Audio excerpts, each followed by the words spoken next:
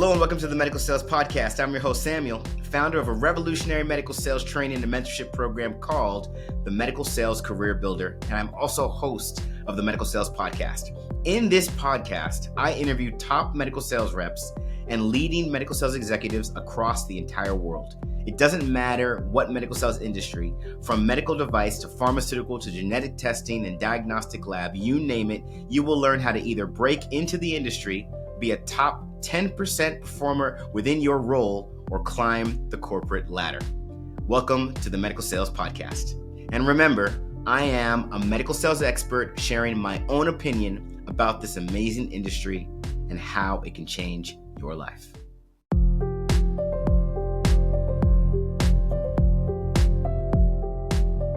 So what's it like being a rep in New York City?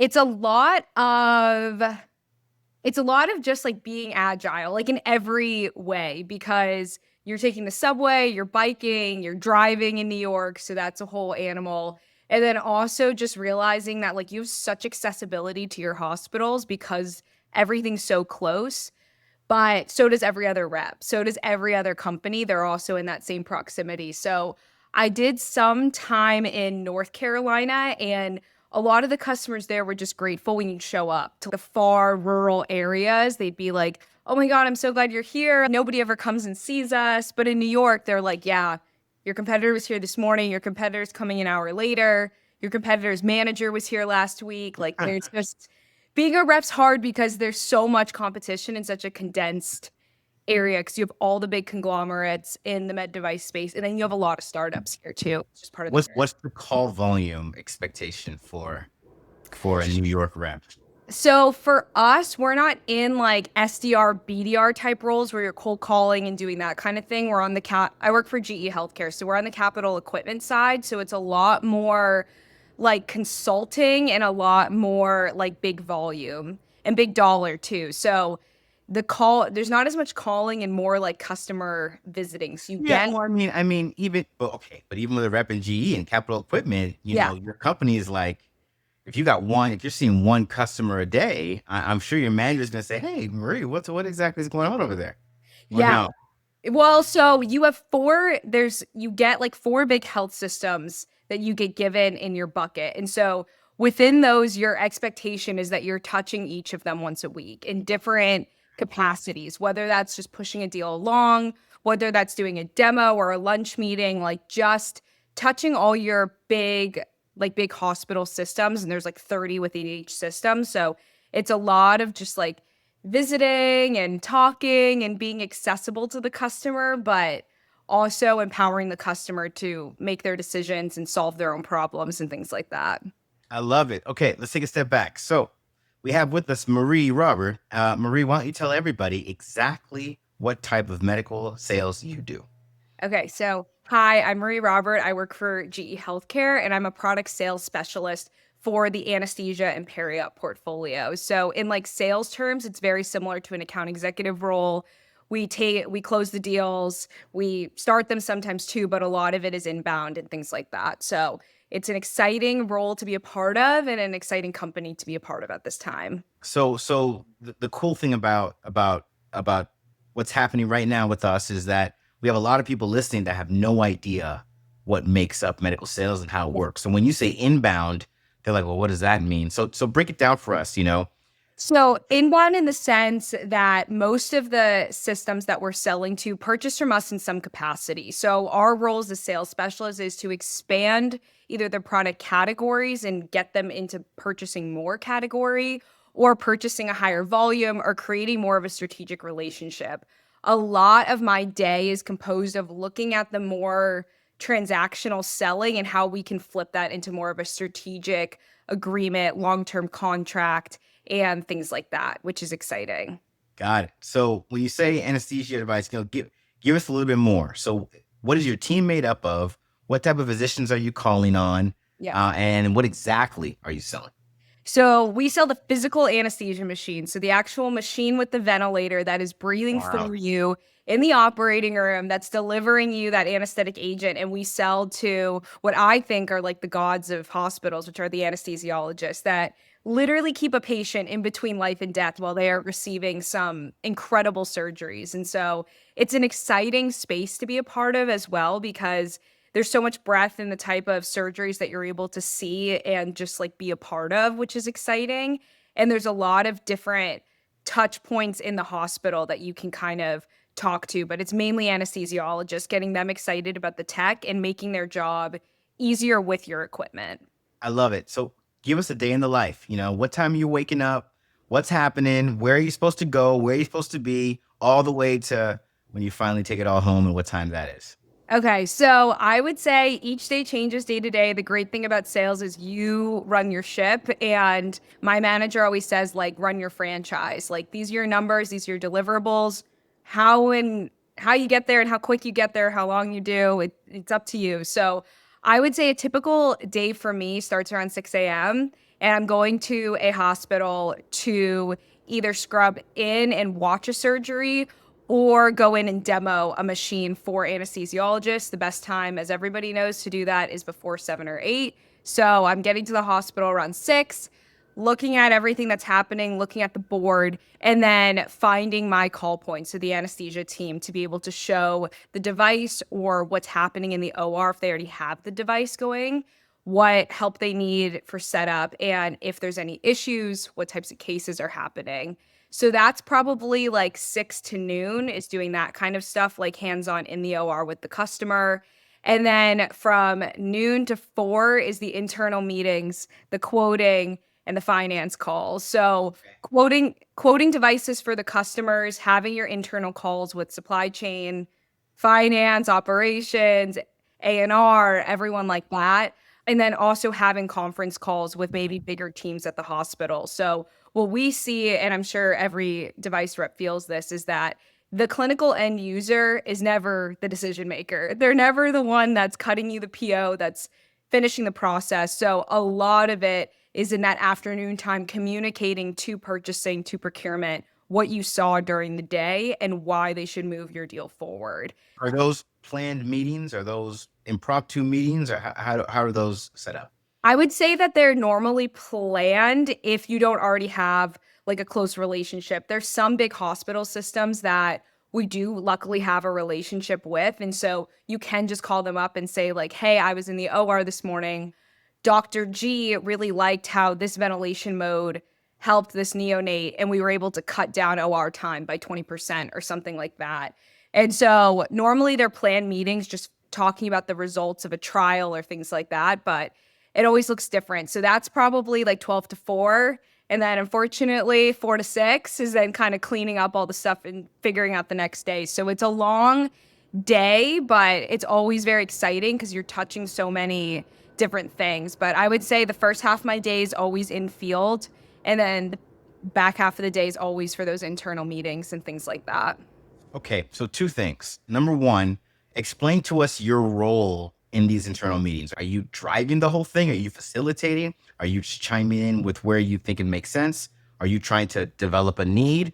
And then walk us through the day to day of, 12 to 4. You dropped it like, yeah, just 12 to 4. That is a long period of time. What does that exactly look like? So go ahead. Yeah. So I would say my role, again, in the sales world, we don't call ourselves account executives at GE, but in the sales world, it's more similar to an account executive role in the sense that we're driving everything. So from doing the demo to quoting to pushing finance to fix discounts to worrying about supply chain and getting the thing implemented, like we are with the lifespan of that equipment.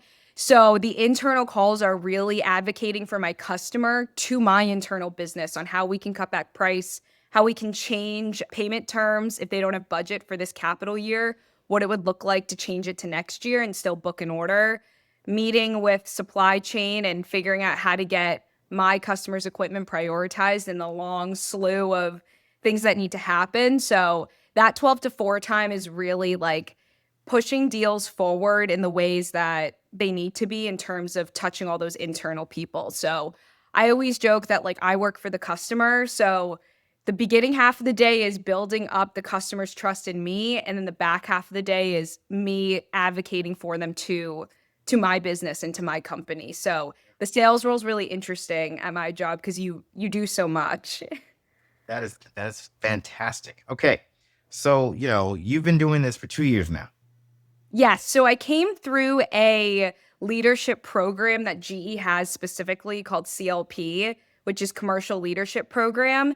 And so after college, I moved around a couple different places in the US and learned the business inside and out, and then ultimately landed in a full-time role in New York, which is really exciting. But that's how a lot of young sales reps, at least at GE, get their start, is coming through the leadership program.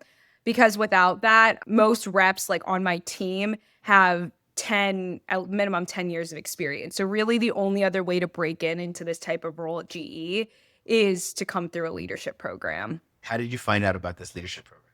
So when it was college time, I was pre-med the whole time. I wanted to get my DNP, so doctorate in nursing. That was my whole thing. And I was all set, ready to go to Northeastern and start that journey. And I ended up being a nurse's aide during COVID. And that time really changed the way that I looked at my future career. And I kind of was like, I can't do 4 more years of school, especially online. I can't do this type of job. I don't think that it's what I want to do. So I broke the news to everyone at school and to my parents that I was going to not move forward with my acceptance there. And I just started going to virtual job fairs because all of my college's job fairs were virtual. I ended up sitting in on one for finance, which was not my major, but I was like, let me just listen. Maybe I want a job in finance. Who knows? And they talked about the finance leadership program that GE has. And while I didn't want that one, I was able to look at the other leadership ones and saw the commercial one and decided to go for that. Oh, that is so cool. Okay. So top 3 things that you love about this job. Okay. Top 3 things. I would say I love my team. We're super collaborative. We're super communicative. We don't have a physical office anymore. They sold that off maybe 2 years ago at this point. But because all of us sell in New York, we're able to see each other a lot and work together. And like I said, so many members on my team have so much tenure. And it's so exciting to learn from them just as a young person, being surrounded in a room with everyone who has more experience and just different degrees and different skill sets. I just love my team. And then I would say similarly, the culture at GE. So it's always been a culture of mentoring, a culture of sharing best practices, and it doesn't ever really feel competitive. Everybody's on your side to work with you. And we're never hounded about numbers, which is something I also really appreciate. It might be specific to my boss, but we're obviously held to quota, but it's never you need to do this or else we're going to fire you. If you don't hit this number, you're out next year. It doesn't have that intense culture that I know some other sales organizations have. It's very much wanting to help and wanting to assist to push deals forward and understanding what you're here to do, and that they trust you that you understand that, and so they don't put any extra pressure. And then third, I love my space and the product line that I'm in. So I love anesthesia. I love being in the OR. And I love that within my role, I own the customer relationship completely. So there's no one else that's trying to come in and do anything else. And I'm in the back seat. I drive that deal from start to finish and throughout the product's lifespan. So there's so many customers I see that have never given me a penny. They might have given the previous rep 10 years ago a sale, and I'm still carrying out that relationship through and through. So I love just having that ownership over the strategy and over the relationship. It's awesome. Fantastic. What are the 3 biggest challenges with this position? I hope you're enjoying today's episode. And I want to let you know our programs cover the entire career of a medical sales professional. From getting into the medical sales industry, to training on how to be a top performer in the medical sales industry, to masterfully navigating your career to executive level leadership. These programs are personalized and customized for your specific career and background, and trained by over 50 experts, including surgeons. Our results speak for ourselves, and we're landing positions for our candidates in less than 120 days in top medical technology companies like Stryker, Medtronic, Merck, Abbott, you name it. Would you run an Ironman race without training and a strategy? You wouldn't. So why are you trying to do the same with a medical sales position? You need training, you need a strategy, and you need to visit evolveyoursuccess.com, fill out the application, schedule some time with one of our account executives, and let's get you into the position that you've always dreamed of. I think the biggest challenges are I'm in a big organization, so it's very like in corporate they say matrixed, like it's very matrix and it's also very siloed. So like sometimes different parts of the company don't talk to each other, but as a rep when you're seeing the whole thing play out from finance, operations, supply chain, install, project management, product management, like when as a sales rep when you see it and you feel it with the customer and all those aspects, you can think about ways that maybe they should integrate a little bit more, like hey, maybe product management Right. should talk to the engineers that Right. install, who should talk to the supply chain people about how they ship stuff out. And so I think that that's always a challenge, is just navigating the internal organization and advocating for change to happen. And unfortunately, like a lot of the time it's just like the silos have been set up for dozens of years, and that's just kind of how it is. Sure. So I think that that's tough. I think the second thing is just the industry is hard in the sense that we touched on before. Like the person you sell to and the person touching the product at the end of the day doesn't make the final decision. It's up to a procurement team most of the time that cares about dollars and cents, and they just have other priorities. So understanding that like you could do everything right at your level, but there just might be another decision that comes from the top. And so knowing how to navigate that, I think, is just becoming more and more difficult as hospitals standardize on a vendor, standardize on a type of product. It just makes it more difficult. Sure. And then I think like the other part that's really hard is just thinking about sales like in general. Like we're always thinking, are we going to be replaced by an Amazon one day? Or are we going to be replaced by AI? Or like what's going to happen with that? Like we know how much we do every day and how that impacts the customer. But I don't know, I think about like how travel agents used to be such a big thing. You needed one for every trip. And now it's okay, I can just book my own flight and Well, hotel and I stuff can like give you a that. little bit of context. Yeah. So I got into the industry, 2006. Hmm. In 2006, they were saying that within 10 years, there Yeah. will no longer be reps. And we're still here and we're still very much. We've quadrupled as Yeah. far as rep volume. But just some context, that narrative is always around. Now, at the same time, AI is nothing was like this, like what we're experiencing Mhm. now, where we have this amazing opportunity to do a lot. But I don't think the rep's going anywhere. I think human relationships are critical. If anything, it's going to get more. You're going to become more empowered. Maybe less reps that can do more, but we'll even see. Because, like I said, they've been saying that for 20 years, and there's more reps than there've ever been. Yeah, no, I agree. I agree that there's more reps now. So that is good. But like with that, I think it's hard. It's good and bad. Like the customer has never been more informed or had as much information as they do now. Sure. 20 years ago to see your product, they needed to physically see you. Yeah, Like they yeah, you're absolutely right. Mm-hmm. So now they can just kind of Google and they're like, oh yeah, I've seen that. I've seen that machine. I saw this study. Like I already saw it. Like you don't have anything else that you're gonna say. So I think it's good that they're so informed and so educated now, but it also makes it challenging because you're just not as needed in that demo capacity that you were like 20 years ago. Yeah, no, you're right. I mean, this is why the advent of being a rep on LinkedIn and being a brand ambassador for your company Hmm. goes so far, because now they're looking on Google. They don't want to talk to a rep in person, but if they're seeing your content and Hmm. it's speaking their language, then they're going to want to engage you virtually, which of course leads to them wanting to see you in person, and you get to still drive that relationship. So, Yes, exactly. okay. So, people listening to this right now, and I think you really qualified what you're doing, because you didn't say, yeah, I wanted to be here and I'm here. You said, no, I found a very exclusive program offered by the company, which led Yeah. me to another exclusive program, which ultimately led me to this. And most of my colleagues have 10 years more experience than I do. Yeah.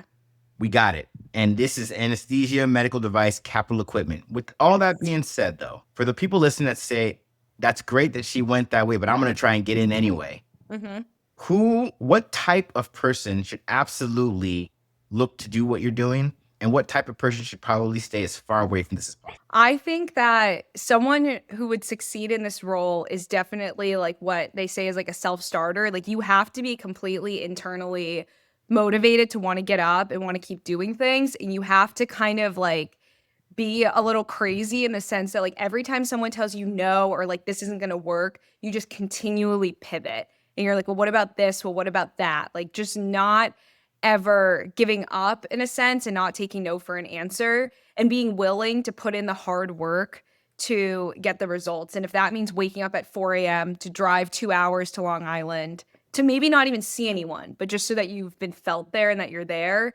wanting to do that, and being a self-starter and being able to walk up to someone who wants absolutely nothing to do with you and be able to confidently say why they should have a conversation or even entertain a conversation with you. So being, I think, confident and then having just that internal work ethic is really important, and not getting frustrated too easily, because it's so easy to get frustrated in this Sure. role. Like, there's so many reasons that the customer has to not listen to you or not buy from you, and you just have to constantly get creative and be like what I call a curious learner, and like learning about their organization and about different ways to help them really at the end of the day.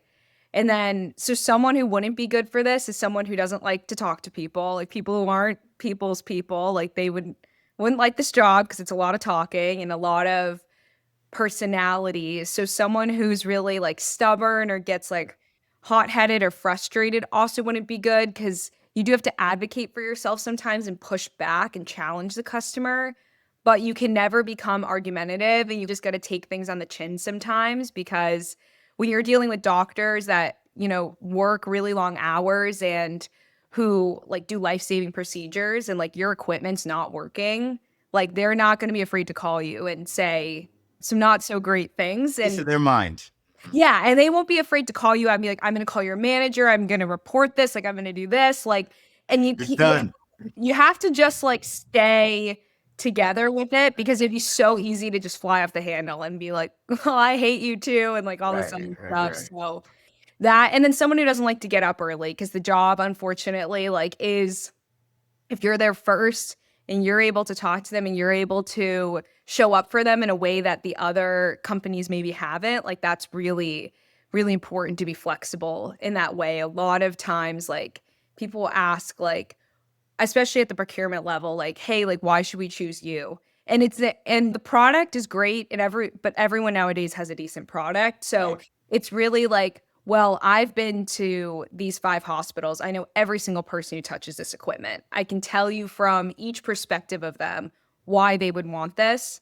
I know what their schedule's like. I know what days they're going to be there. I know when they're going to be in a good mood. Like, I have fully invested in your team and in you guys as an organization, and like, I want to partner with you. This isn't just like, hey, they liked my product, can you cut me a PO? Like, the customers really want to feel like you're part of them and you're on their team. Yeah, and that makes perfect sense. Okay, when you're in this space, there's all different types of physicians, right? You have certain physicians that are really nice to talk to. You have certain surgeons that are very difficult to talk to. You have certain surgeons that are actually really nice to talk to as well. And whatever medical, especially medical device specialty you're a part of, you might have a nuance, the type of surgeon you deal with. Talk to us about the anesthesiology customer, and is it more than just the anesthesiologist that you got to learn to work with? Yeah, so the anesthesia customer is definitely older. So it's predominantly male and it's predominantly older. So there's always that kind of balance to what I do, because I'm younger and I'm female. So I think a lot of it is just like finding common ground and building rapport with them. And like, a lot of the other reps in my space look like them and are their age and are maybe more similar to them in a lot of ways. So I would say that, like, I really lean on the data a lot. I love data and referencing it. Like, this is how much money you waste in the OR every month with OR downtime. This is how many less residents are going into anesthesia and choosing anesthesia for these reasons. Like, what can we do to like bring up the interest in this space specifically? So that's the type of clientele in terms of just like how old they are, and they're normally, like I said, male, and they're very smart. Like, these are like the smartest people ever. I love just hearing about their journey to anesthesia and like the most exciting cases they've done. So they're very smart, and they're very just like methodical and very black and white with things, because that's how anesthesia kind of has to be. You're dialing in a specific number to keep them in between life and death. So they're very They want a straight answer. They don't want you to walk around what you're trying to say, and they want you to show up. They want you to answer the call and to be there when they want you to be there. So there's definitely like that part of it. And besides anesthesia, a lot of the people that you're working with are on the hospital side are like the biomeds, the techs, so the people who actually touch and service the equipment, getting them on your side as well and being able to communicate with them and what they do. Like they don't care about clinical outcomes. That's not their job. They want to make sure that machine is going to be working every morning at 6 a.m. when they turn it on. Sure. And if it's not working, how to quickly fix it. Because then the anesthesiologist and the physicians get angry. So it's about just like working for the customer and constantly like being on their side and advocating for them. Sure. Define biomed. So a biomedical engineer is a member of the hospital who's responsible for the equipment in terms of managing it and fixing it. So they'll oversee every device in the hospital, usually like all the IV pumps, baby warmers, whatever. And if something needs to get fixed, the physician or whoever is calling the biomedical department to fix it. Spend time with them. Yes, that's actually a huge call point for us because we have a lot of benefits on that side, the facilities management and the biomed side of our product line. So biomed's always like a first kind of like visit. Often they're very nice. They want people to come visit them. And they also have incredible relationships within the hospital because they touch every department and they see every vendor also because probably in that hospital, they have every type of vendor in there. And they also have what we call like an IB list, so an install-based list. So going to Biomed when you first visit a site is always good because they will give you the lowdown on what's in that hospital and they will tell you honestly what they hate. Like how many calls do they get about an IV pump that's not working or a CT tube that goes down every single week? Like they will tell you and they kind of shepherd you through the process of who to talk to next. Considering how much customer care you need to be available to provide, what are your nights and weekends looking like? Nights, so it depends how busy things are. So when we have a big like install or a go live happening, like your nights are being taken up with being at that facility, making sure everything's there, sometimes physically putting the product together if there's things that need to still happen that kind of haven't happened yet, and kind of quarterbacking, making sure that everyone is there. So the field engineer to install it's there, your project manager that's been kind of overseeing things, like your clinical applications people on your side that are going to teach the staff. Like if there's a big project coming up, your nights are kind of taken up with that, unfortunately. But I would say on average, like 70% of the year, I'm done around 5 or 6 and I'm able to kind of shut it down until the next morning. Weekends, I would say I only have to work maybe 1 weekend day a month, which is nice. Okay. It's not crazy. It's not like I'm in surgical cases and things like that on the weekends. I always check my phone on the weekends, but I normally will leave it at home and just check it once on Saturday, once on Sunday to make sure nothing crazy happened. But I make a really big effort at night and on the weekends, and this is controversial, but to leave the work phone at home. Like leave it there. No need to check it. Everything's fine and anything can wait, and just having that mindset. When your manager hears this, so Marie, what do you do with the phone exactly? I know, but I think you would agree. I hope you enjoyed today's episode. And remember, I have a customized and personalized program that gets you into the medical technology industry as a sales professional or any type of role for that matter. Become a top performer in your position and masterfully navigate your career to executive level leadership. Check out these programs and learn more at evolvesuccess.com by visiting our site, filling out an application, schedule some time with one of our account executives, and allowing us to get you where you need to be. Stay tuned for more awesome content with amazing interviews on the Medical Sales Podcast.